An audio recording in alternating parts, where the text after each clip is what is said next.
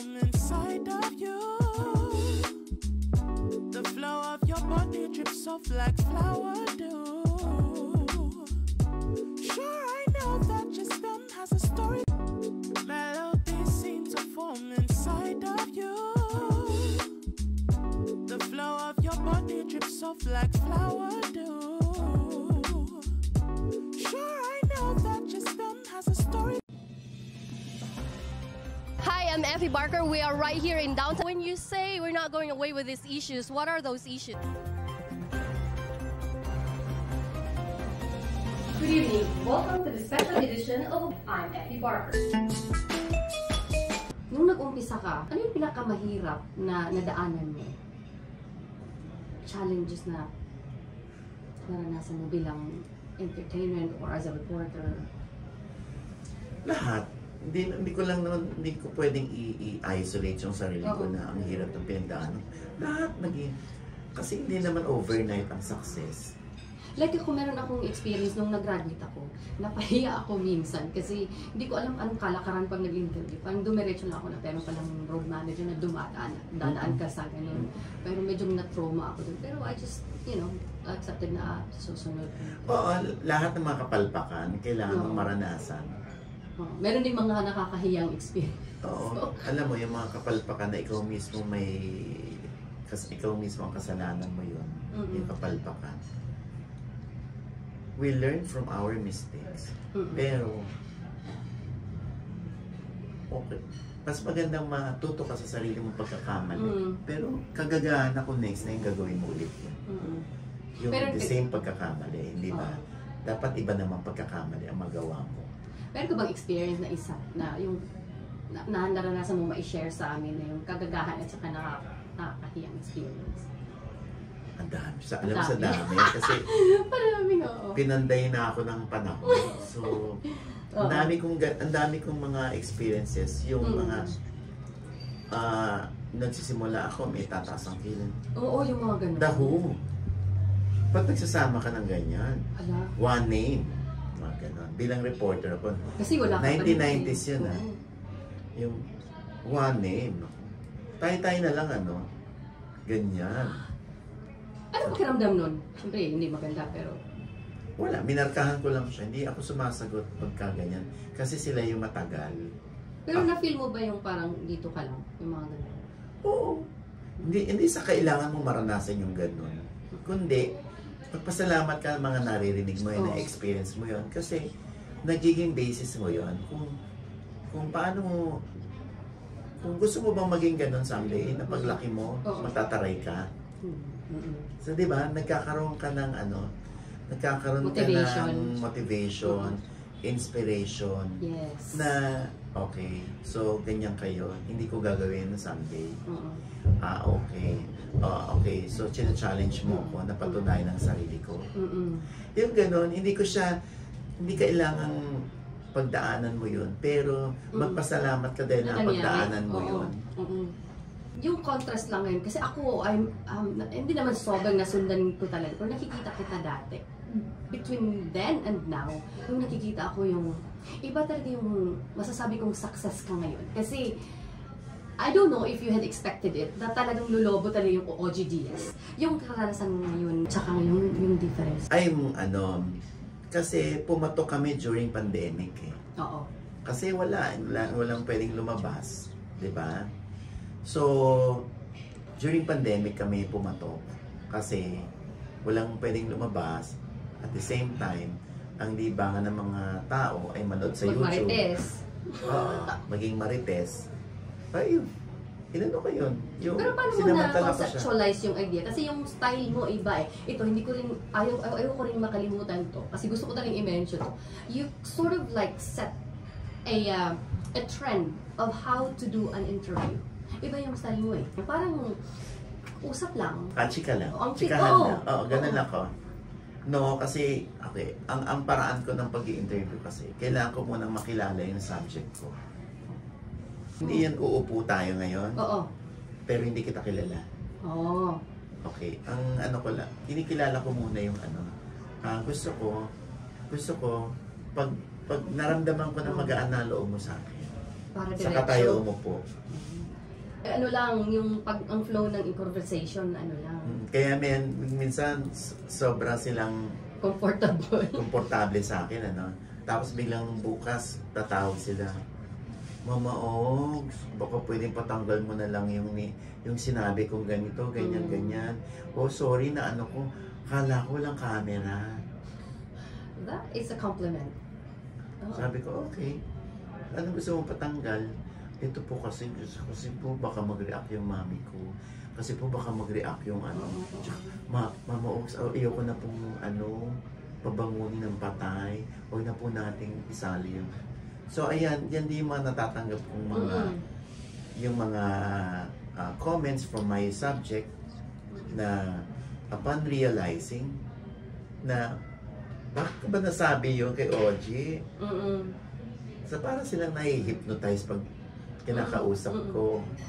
So ang ending, kinabukasan, tsak, tanggal yung mga sinabi niyang gano'n. So madali rin naman akong pakiusapan. Hindi naman ako yung tipong, hindi! Sinabi mo yan, ano? Right. Tumigil ka. Yun nga ang difference dahil if you had worked in network in television, merong producer, merong sila ang nag-add. Pero sa you could control how you do the story. Oo. Ano naman ako, marunong akong, I know how to listen. Right. And my next question will be coming from your answer. Tuloy-tuloy lang. Pero ito, I have something to reveal din. Na yung style ko rin, habang nanonood ako sa'yo, pag na in-interview ako, mga in-interview ko naman iba-ibang lahi, ganun. Pero ano lang, yung ganun, pinag-aralan ko how you do it. Siguro para hindi ako nasi-stress. Meron din ako in-interview last time. Meron akong questions. Para sabi ko, tinos ko na lang on the side, kakano to. Sige naman, dire-diretso na. So yun, yung parang, how does it feel na you're setting the trend, which I don't know if you had thought about it before, pero lumabas lang siguro. Saka ito rin yung isang point na may mention ko rin. Yung una kong kinontak si Philip na kasi may interview, ang sabi ko sa kanya, my God, naalala mo ba yung Philip? Sabi ko, my God, bakit hindi siya nabigyan ng opportunity before? Parang hindi ko alam na meron pala yung sa TV yung... doon, nabigyan naman ako ng opportunity. Hindi ko nakinapan. In fairness. Pero the point... Hindi, wala akong regret. Kasi actually, ngayon nga gusto akong bigyan ng TV show. Ako lang sabi ko sandali, ini-enjoy ko muna yung aking yung sarili kong oras na ako nagde-decide sa story, kung kailan ako gustong mag-shoot, kung kailan ko gusto mag-interview. Pag TV kasi committed ka na doon. So pag magbabakasyon ka, kailangan mo mag-advance. Kung current issues ang pinag-uusapan, mag-advance ka ba? Mahuhuli ka. So pinag-iisipan ko yung kung tatanggapin ko ba ito? Meron pa ba akong dapat patunayan? O gusto ko lang ganito kasimple? Oo, ano bang dapat ko pang patunayan? Yeah, you made already your name and your name is skyrocketing there in internet. Okay na ako sa YouTube. Kasi ang namamayagpag naman sa TV talaga si Kuya Boy. So, kumbaga si Kuya Boy ang ang pinaka-ama. Pinaka-ama namin dito sa paghatid ng entertainment news. No? Pero syempre, si Boy Abunda na yan. Bakit mo gagayahin si Boy? Di gumawa ka sarili mong marka. So, kumbaga, I made my own mark. So, paano mo na-conceptualize yung idea ng si Jordan? Parang naglalaro kayo towards the end pa, meron kayong ginagawa. Sa showbiz update. Kailangan kasi, sa YouTube kasi, anything goes dapat. Okay. Oo. Minsan may mga kalaswaan kami na hindi maiwasan. At hindi mo na magagawa sa TV. Oo. Yung minsan uutot ka. Uutot ka. Sabayan mo na lang nagtawa. Kasi sa YouTube kasi gusto nila unique. Gusto nila raw, spontaneous, authentic. Yung ganun. Pag sa TV kasi, formal ka. Ganyan. Kaya kung mapapansin mo, minsan naka-t-shirt ako. Pag nag-i-interview dun sa one-on-one. meron akong It ano matters, doon, ano? may psychological explanation ako doon. It matters. Na hindi dahil tamad ako magbihis. Kundi, pag nakikita niya ako nakaganito, Ano lang? hindi niya ako pupormalin ng sagot. Ayan, tinigit sa'yo lang. Oo. Hindi, kasi pag naka-formal ako, formal ang sagot mo sa akin. Ang ending yan, medyo Steve. stiff ka, tapos naka-formal. Kasi yung ambience, sinamahan mo ng Tigas. formality na naka-suit akong ganyan, tapos tinatanong kita, syempre ikaw naman nakasuit ako, dapat pumormal ka ng sagot. Kaya ako tumi-t-shirt, nasa bahay lang tayo. Chikahan tayo ng bongga. Diba? So, ganun lang ang approach. I think that's part of the trend that you're setting. Yung, not just the style of questioning, yun pala. Kung pagiging, casual lang. Oo. Kaya Pati yung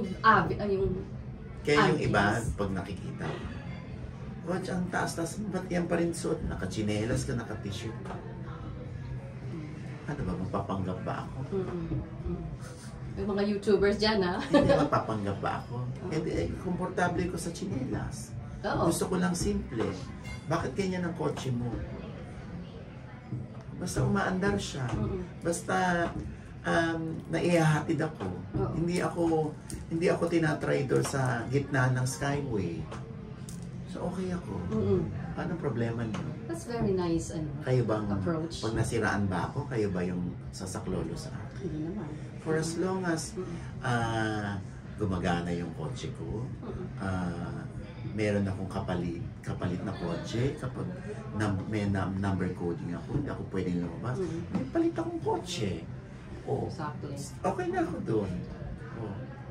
Bakit sa townhouse ka lang nakatira, bakit hindi sa subdivision? So, anong problema niyo sa townhouse? Bakit ba? Anong problema niyo sa townhouse? Ano ba?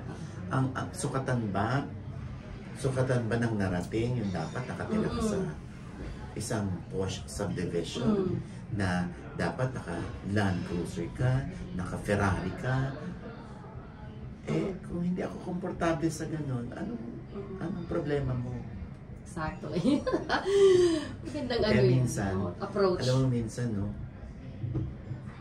Sa parking, may nakasalubong ako. Packet din siya ng kotse niya. Ako naman, pababa ng kotse. Mamaog! Sabi ng ay, oy, hello! Kotse mo yan? Kita mo ba? Di ba, kalalabas ko lang. Yaman-yaman mo na. Dapat naka Land Cruiser ka man lang. Ganyan-ganyan. Naka siya tulad mo. Sabi ko, naka Land Cruiser siya tapos sabi niya, mga ganitong forma, no? Meron ka ng kumaga, ang tagal-tagal mo na sa industriya, sabi niya gano'n. Hayaan mo, makakabili rin ako ng Land Cruiser pag nabayaran mo yung utang mo sa akin. Wala. Ibang klase yung approach mo. Di sabi niya sa akin, hindi, kung okay lang, simple sa'yo, okay lang yan. Biglang bawi. Biglang nagbawi ka. Di ba parang mga lokarit na, dyan lang naman ako na, yung mga utang dyan lang ako na, talaga, nabubobo. Buwisit ka sa Nabubobo. Pero, 3 na yung namatay. Okay. Na hindi ko nasingil sa utang niya. Okay, meron lang akong dalawang more questions to go. Ito pinapatanong talaga to sa akin. Yung yung advocacy mo sa breast cancer, na-mention talaga niya yan. Paano yung journey mo dyan? Bakit ba? Okay. Hindi po ako nagtatag ng Kasuso Foundation. Naging bahagi ako ng Kasuso Foundation since 2007. Okay. Inintroduce sa akin siya ng aking ninang, sabi niya, na baka pwede mo naman tulungan itong foundation. So, ako po yung nag-iisip ng paraan kung paano po makakakuha ng funds para sa mga pasyente. So, we already have 600 patients, almost 600 patients. And since 2007 pa ako part niya at I'm one of the board of trustees. And ako ho yung nagbibigay ng quarterly Christmas party sa kanila. Oh. Quarterly, because cancer patients sila. Baka yung iba, hindi nila mahintay yung Pasko para i-celebrate namin. So, kaya quarterly kami. So, hinahati namin sa 2 batches yan. Yung 300, 300, 300, 300, 300, 300, 300, tapos lahat na sila. Kaya December 1, etong September 22, so meron na naman kami yung aming third quarter ng aming Christmas party.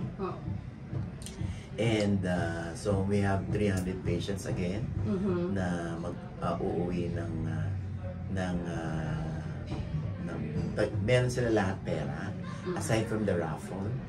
Tapos may entertainment din sila. Ganon. Pinapahaba ko yung buhay nila.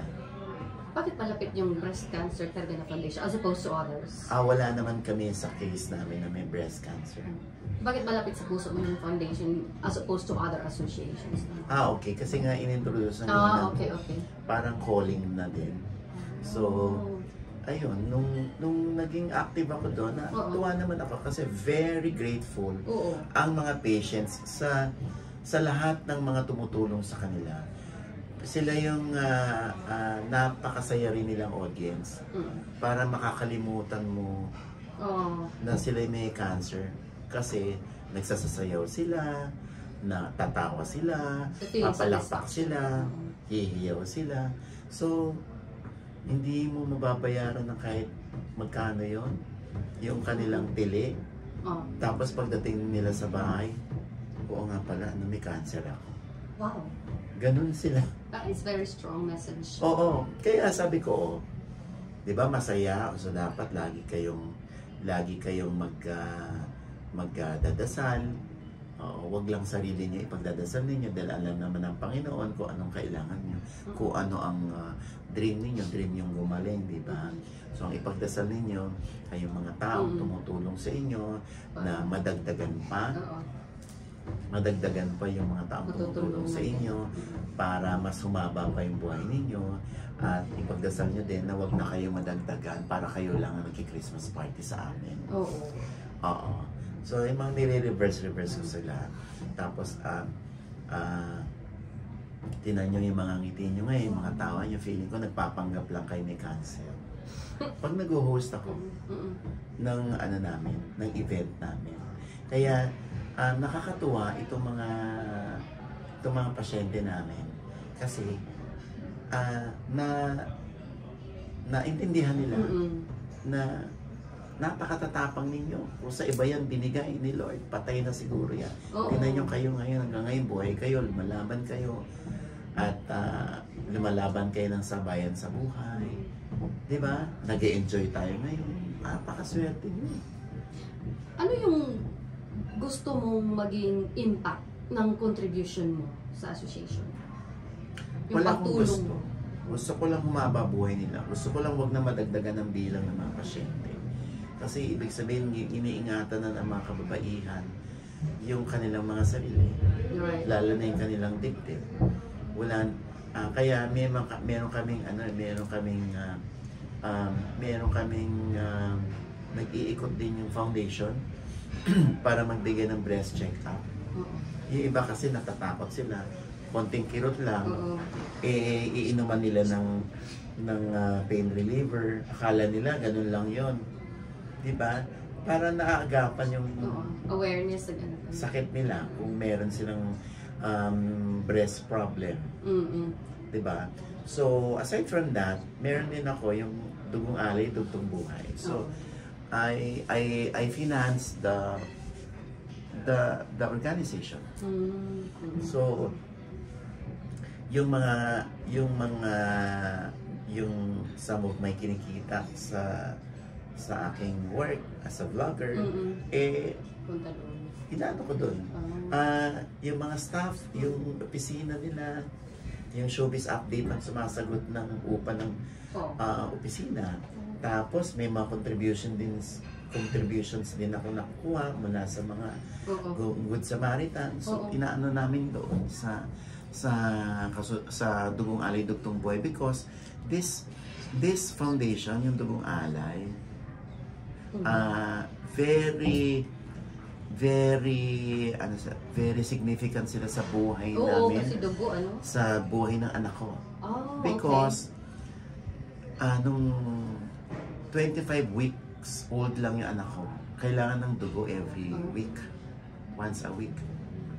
Na hindi namin nakuha sa Red Cross, nakuha namin sa Dugong Alay Dugtong Buhay. So, I told the President, makaraos lang kami sa premature baby ko. Sabi ko, magpo-form tayo ng office. That's what I did. Napakaano naman, na parang kataba ng puso mo na parang you're a family man, tapos support ka sa Kasuso Foundation, parang hindi problema sa iyo ang pagtulong. Para napaka-good vibes talaga ng yung dating sa akin. Ang dating sa akin, napaka-good vibes na person, na pagkatao ito. Hindi siya stress magdisiplina, wala lang siya, ganito, tapos tumutulong, family is his pride. Parang ang saya. Ang gaan lang. Magaan lang. Ba't mo pabibigatin ang buhay mo? Ikaw na nga per se, physically mabigat ka na nga. Bakit dadagdagan mo pa yung bigat sa buhay? Tsaka ako naniniwala, walang taong walang problema. Pag wala kang problema, patay ka na noon. Tama. Diba? Kahit ngayon patay, nag-iiwan pa ng problema sa mga buhay. Kasi yung gastos niya bago siya namatay. Oo, yung gastos niya. Nung namatay siya. Pang-living. Diba? Magastos din mamatay, magastos diba? mabuhay. Kaya importante pinaghahandaan lahat ang mga posibleng mangyari sa atin. Sakit, kamatayan man yan. Yung gusto nating iwan sa kanila. Kaya ako pag ang lagi kong gusto ko, knock on wood, huwag naman sana mangyari kasi ilusyon ko pang tumagal kahit hanggang 85 ganyan. 85 gusto kong tumagal hanggang doon. Pero sakasakali, sabi ko, pag knock on wood, whatever happens to me, gusto ko yung wala na ako pa rin ang bumubuhay sa mga anak ko. Yung naiwan ko pa din. Yung mga insurance policies ko. Yun. Yung hindi ka mag-iwan ng problema. Ganun ako. Kaya, kasi siyempre naranasan ko lahat ng hirap ng buhay. Kaya mas magandang, hindi man ako nag-Boy Scout, dala-dala ko yung virtue ng isang Boy Scout sa buhay. Ganito pala, bago ko makalimutan, may parang nagsabi sa akin, pati rin ako parang, I agree na, parang, na-mention na naman yata din yan, parang dun din sa interview kay Karen Gabriel na kahit ano pa yung mukha ko. Kasi ang impression ng mga tao na you are more of a father figure than kesa sa ibang lalaki na iniiwan lang ng anak nila. So yun ang parang sinabi sa akin, parang napakalalaki naman. Mas lalaki pa raw ako sa lalaki, sa mga tunay na lalaki. Well, thank you for that. It's a compliment. Pero, ganun talaga. Ang mga bakla, kahit walang anak yan, grabing karamihan. Grabing tumulong sa parents yan. Nung araw na inaapi-api sila, ginugulpi sila ng mga kapatid nila. Pero pagdating ng araw, yun pala sasalba sa kanila.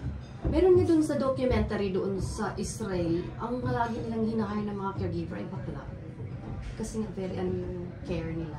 Huwag lang talaga maiinlap. Diba, dadaan? Well, anyway.